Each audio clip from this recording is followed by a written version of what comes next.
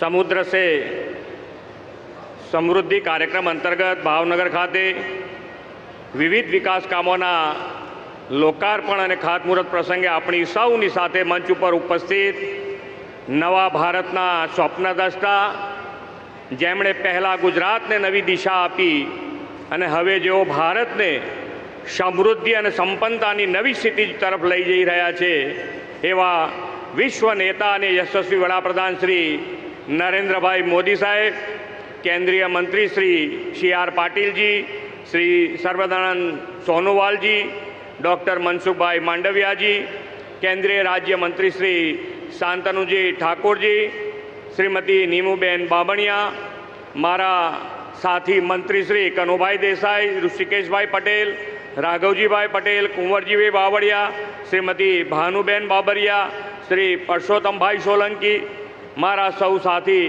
धारासभ्य Shri, mayor Shri, जिला पंचायतना प्रमुख श्री, उपस्थित सर्वे पदाधिकारी, आमंत्रित सर्वे महानुभावों, प्रेस मीडिया मित्रों, सौने मारा नमस्कार।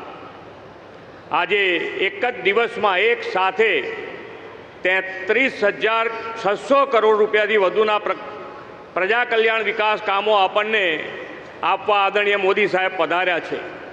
तेमनु प्रजावत्सल्य राजवी महाराजा कृष्णकुमार सिंहजीना आ भावेण नगर में स्वागत करूँ छूँ।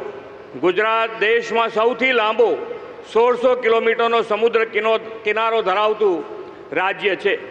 द्विभाषी मुंबई राज्य थी 1960 में गुजरात अलग राज्य बन्यु त्यारे सौना मन में एक मोटी शंका थी कि गुजरात पासे कोई संसाधनों के रिसोर्स तो है नहीं, मात्र रण दरियो और डूंगरनी ज कुदरती संपत्ति धरावतु आ राज्य शू विकास करूँ एने सौने लागतुं हतुं।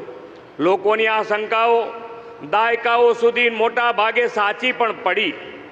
जो विकास माटे आगवी सूझ धरावतुं नेतृत्व मळे तो कोई राज्य देशना विकासनुं रोल मॉडल बनी सके ए बात गुजराते 2001 थी मोदी साहेबनी विजनरी लीडरशीप में पुरवार करी छे।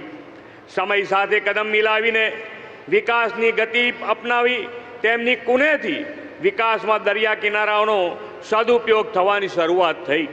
21મી सदी में बदलायेला वैश्विक परिमाणों, आधुनिक व्यापारनी तको तेमज अद्यतन टेक्नोलॉजीनो समन्वय दरियाई संस्कृति साथे करवानुं विजन आदरणीय मोदी नरेन्द्रभाई मोदी साहेबे आप्युं छे।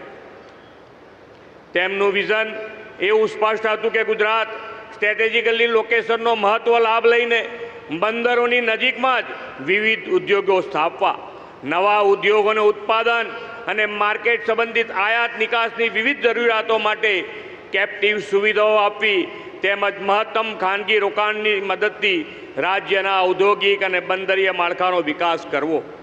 આ બધા સફળ પ્રયાસોથી રાજ્યની બંદરીય તકોની સદુપયોગ થયો અને પોર્ટ લેડ ડેવલપમેન્ટની દિશા ખુલી।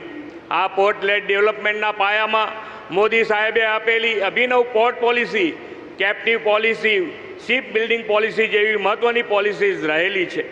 આના પરિણામે આજે ગુજરાત દેશના લગભગ 39% કાર્ગોનું હેન્ડલિંગ કરે છે। દેશમાં સૌથી લાંબા દરિયા કિનારા ધરાવતા આપણા ગુજરાતમાં દરિયાઈ સુરક્ષા સુદૃઢ કરવાની સાથે શિપ બિલ્ડિંગ, શિપ રિસાયકલિંગનો વડાપ્રધાનશ્રીનો વિચાર પણ તેમના દિશાદર્શનમાં સાકાર થયો છે। ગુજરાતમાં બંદર આધારિત ઉદ્યોગ અને ઉદ્યોગ આધારિત બંદર બે કોન્સેપ્ટનો સંગમ વડાપ્રધાનશ્રીની દિગ્દર્શિથી થયો છે। સૌ પ્રથમ LNG ટર્મિનલ તથા કન્ટેનર ટર્મિનલ કાર્યરત થયા છે। PM ગતિશક્તિથી બંદરોને પૂરક રોડ, રેલ, લોજિસ્ટિક કનેક્ટિવિટી મળી છે।